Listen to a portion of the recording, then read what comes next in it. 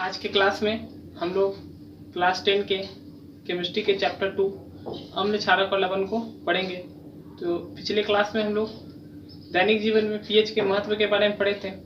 आज हम लोग लवण के बारे में पढ़ेंगे। तो आज सबसे पहले लवण क्या होता है, कैसे बनेगा, इसके बारे में जानेंगे और उसके बाद लवण के अलग अलग पार्ट के बारे में समझेंगे। तो सबसे पहले जैसा कि हम लोग जानते हैं उदासीनीकरण अभिक्रिया के बारे में कि जब अम्ल और क्षारक एक दूसरे से रिएक्शन करता है तो लवण और जल का निर्माण करता है। ठीक उसी प्रकार से लवण का निर्माण होगा। अम्ल और क्षारक एक दूसरे से रिएक्ट होगा और रिएक्शन के बाद हम लोग को रिजल्ट में लवण और जल मिलेगा। जैसा कि यहाँ दिखाया गया है, H2SO4 सल्फ्यूरिक एसिड जब सोडियम हाइड्रोक्साइड से रिएक्शन करता है तो सोडियम बाइसल्फेट और जल बनाता है। इस रिएक्शन में ये Na जो है इस हाइड्रोजन को, यहाँ से एक हाइड्रोजन को रिप्लेस करता है और NaHSO4 बन जाता है और यहाँ से जो रिप्लेस हुआ हाइड्रोजन है इस OH के साथ कंबाइन होकर H2O बना देता है। तो इस प्रकार से NaHSO4 जो है ये क्या है, हमारा लवण। अब इसके बाद हम लोग जानेंगे कि लवण में मेन तौर पे दो मूलक होते हैं, एक अम्लीय मूलक और एक भास्मिक मूलक। इसको हम एक एग्जाम्पल से समझ सकते हैं। जैसे NaCl है तो इसमें दो मूलक हैं, नमक, ये क्या है, लवण है और इसमें दो मूलक होंगे, एक Na+ और एक Cl-। तो ये Cl- जो है ये अम्लीय मूलक होगा, Cl- जो है अम्लीय मूलक होगा और Na+ जो है वो भास्मिक मूलक होगा। तो इस प्रकार से हम लोग लवण के मूलक के बारे में जाने कि लवण में दो मूलक है, एक अम्लीय मूलक और दूसरा भास्मिक मूलक। अम्लीय मूलक जो है प्लस पॉजिटिव निगेटिव होगा, जबकि भास्मिक मूलक जो है वो पॉजिटिव होगा। इसके बाद हम लोग जानेंगे कि लवण तीन प्रकार के होते हैं। पहला सामान्य लवण, दूसरा अम्लीय लवण और थर्ड आता है भास्मिक लवण। अब ये सामान्य लवण, अम्लीय लवण और भास्मिक लवण क्या होता है? तो सामान्य लवण उस लवण को कहेंगे जिसमें हाइड्रोजन या कोई हाइड्रोक्सिल समूह नहीं होता।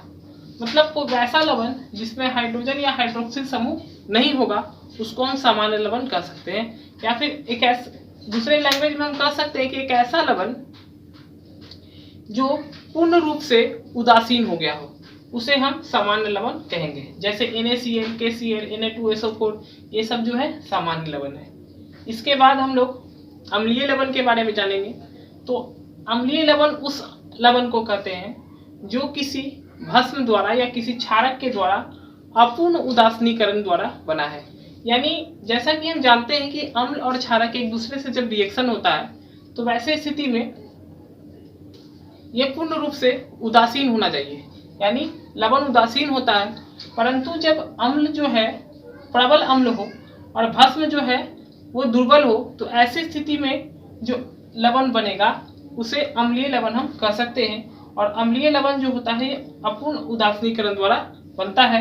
उदाहरण के रूप में NaHSO4 जो है वो अम्लीय लवण है।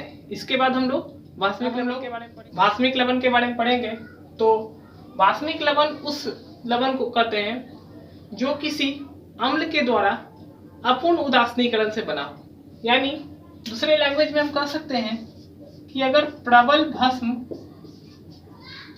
की रिएक्शन दुर्बल अम्ल से कराई जाए, प्रबल भस्म की रिएक्शन दुर्बल अम्ल से कराई जाए तो ऐसे स्थिति में लवण का तो निर्माण होगा, लेकिन इस लवण में भस्म की मात्रा अधिक होगी या फिर भस्म जो है पूर्ण रूप से उदासीन नहीं होगा। तो वैसे लवण को हम भास्मिक लवण या क्षारीय लवण कह सकते हैं। एग्जाम्पल में BaOHCl या MgOHCl ये भास्मिक लवण का एग्जाम्पल है। जब भास्मिक लवण होगा उसका pH वैल्यू 7 से ज़्यादा होगा। अम्लीय लवण की स्थिति में pH वैल्यू जो है 7 से थोड़ा कम होगा और सामान्य लवण का pH वैल्यू 7 होता है। तो इस प्रकार से आज के क्लास में हम लोग लवण और उसके अलग अलग प्रकार के बारे में